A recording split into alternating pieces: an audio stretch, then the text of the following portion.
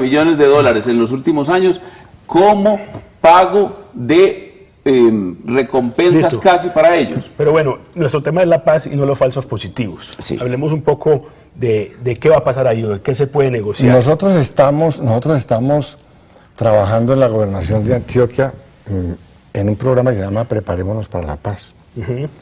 Y estamos dialogando con distintos sectores y grupos sociales para ver cómo se reconstruye un pensamiento civilizador, cómo la gente nuestra, en el momento en que se firme un acuerdo de cese al fuego en La Habana, puede entrar realmente a construir convivencia, a construir reconciliación, a construir civilización, a construir paz. Porque la paz se hace donde está la guerra, que es en los territorios, en el seno de las comunidades. Y es muy difícil esta tarea, Pascual, y nos tenemos que dedicar todos los colombianos, y en este caso todos los antioqueños, a preparar ese escenario de reencuentro y de construcción de civilización. No podemos seguir pensando en cómo nos vamos a seguir matando los unos a los otros y odiándonos los unos a los otros. Nunca con los colombianos nos hemos matado los unos a los otros, sino que hemos sido víctimas de los terroristas. ¿Y qué estamos haciendo nosotros al respecto, contrario a lo que dice Iván que está haciendo Fajardo? Nosotros nos estamos preparando para ganar las elecciones en el 2014 y reacomodar el rumbo, regresar al rumbo del 2010, retornar a la lucha contra todas las expresiones de la criminalidad, lo que está pasando en la Comuna 10 y en la Comuna 8 y en la Comuna 13 de Medellín, etcétera. Lo que está pasando en Ituango. Que no tiene nada que ver con las FARC, por supuesto. Que no tiene nada que ver con las FARC, por supuesto. Es que para mí ya eso no tiene linderos, esos son linderos imaginarios entre las FARC, las BACRIM. Usted no sabe que las FARC en Antioquia la dirige un pariente y cercanísimo amigo de los... José Obdulio, pero ustedes tuvieron 8 años, todo el poder. Lo hicimos muy bien, pero fíjate lo que estás diciendo. Fíjate lo que estás diciendo. Se creó este escenario donde ya usted no puede distinguir esta violencia y esta matanza. Las cucarachas, los ratones y la mugre se la toman en menos de un mes.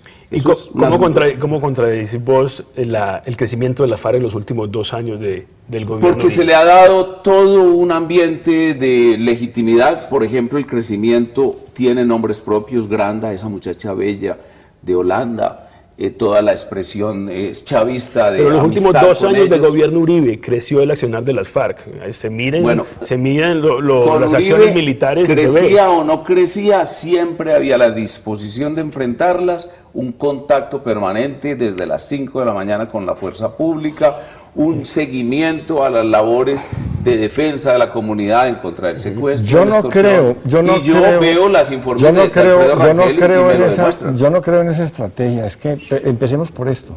La fuerza pública colombiana tiene cerca de 600.000 hombres y mujeres en armas. Colombia no es capaz de controlar un ejército y una policía y unos cuerpos secretos de esa magnitud, porque usted se encuentra con los soldados, allá están peleando unos jóvenes campesinos de una pobreza intelectual, porque no han tenido oportunidades de capacitarse, porque es gente miserable, gente muy pobre, extraída de los sectores más marginales de la sociedad. Con esas personas no se puede hacer la guerra. Es que esta es una guerra en favor de una estructura capitalista, en favor sobre todo de sectores que tienen una gran capacidad económica. Ninguno de esos está poniendo sus hijos en esa guerra. Sí, pero hay que decir, Iván, también que en el campo, digamos, es donde más hay pobreza en Colombia y donde más se sufre la guerra. O sea, claro, en un momento no solo fue una defensa, digamos, no solamente fue una defensa, digamos, de ciertos patrimonios, sino que también era una defensa de la gente en el campo. Le voy a anticipar a usted que... Y de una tiranía que podían instalar las FARC en muchas partes. Claro que sí, no tengo la menor duda.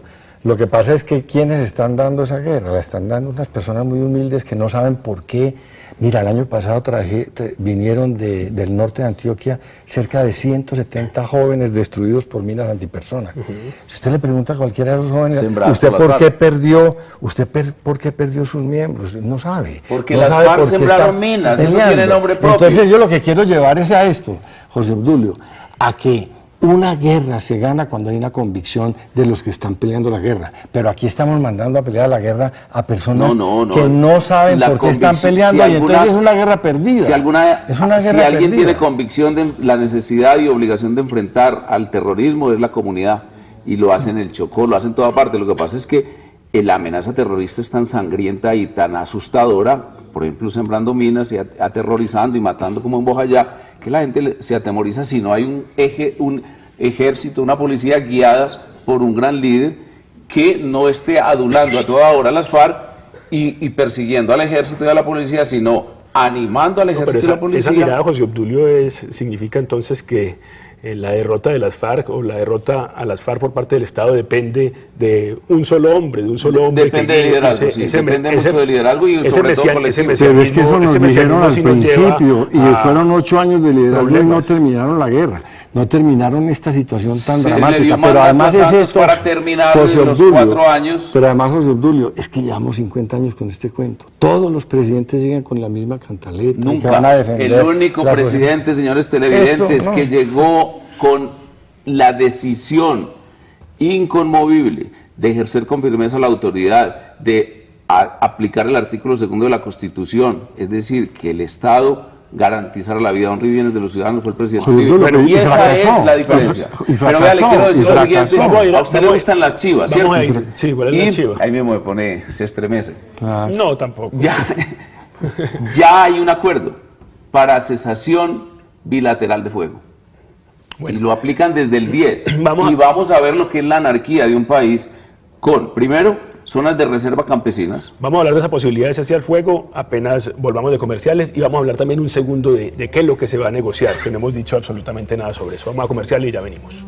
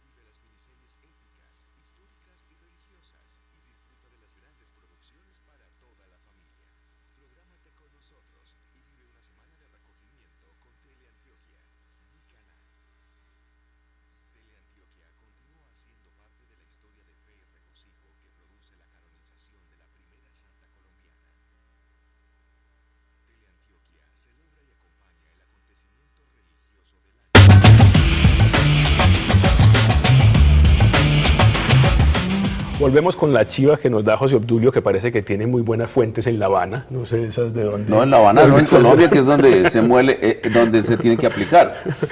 ¿Qué opinas vos, Iván, de esa posibilidad? Mucha gente ha hablado de la necesidad de que haya un cese y de no negociar en medio de la guerra, cosa que ha defendido el gobierno siempre, negociar en medio de la guerra. Sí, ese escenario del cese al fuego bilateral me parece muy riesgoso.